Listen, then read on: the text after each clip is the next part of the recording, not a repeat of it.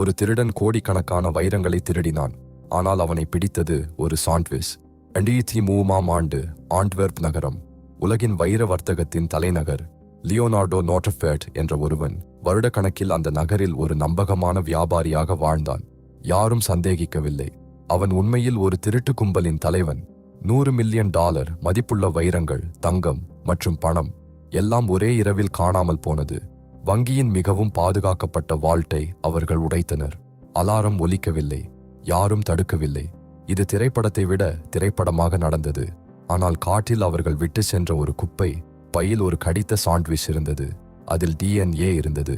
Police அந்த ஒரு சாண்ட்விச்சில் இருந்து முழு கும்பலையும் கண்டுபிடித்தனர். ஆண்டுகள் திட்டமிட்டனர், மாதங்கள் தயாரானார்கள். ஆனால் சாப்பிட்ட ஒரு கடி அவர்களை அழித்தது. வைரங்கள் இன்னும் கண்டுபிடிக்கப்படவில்லை.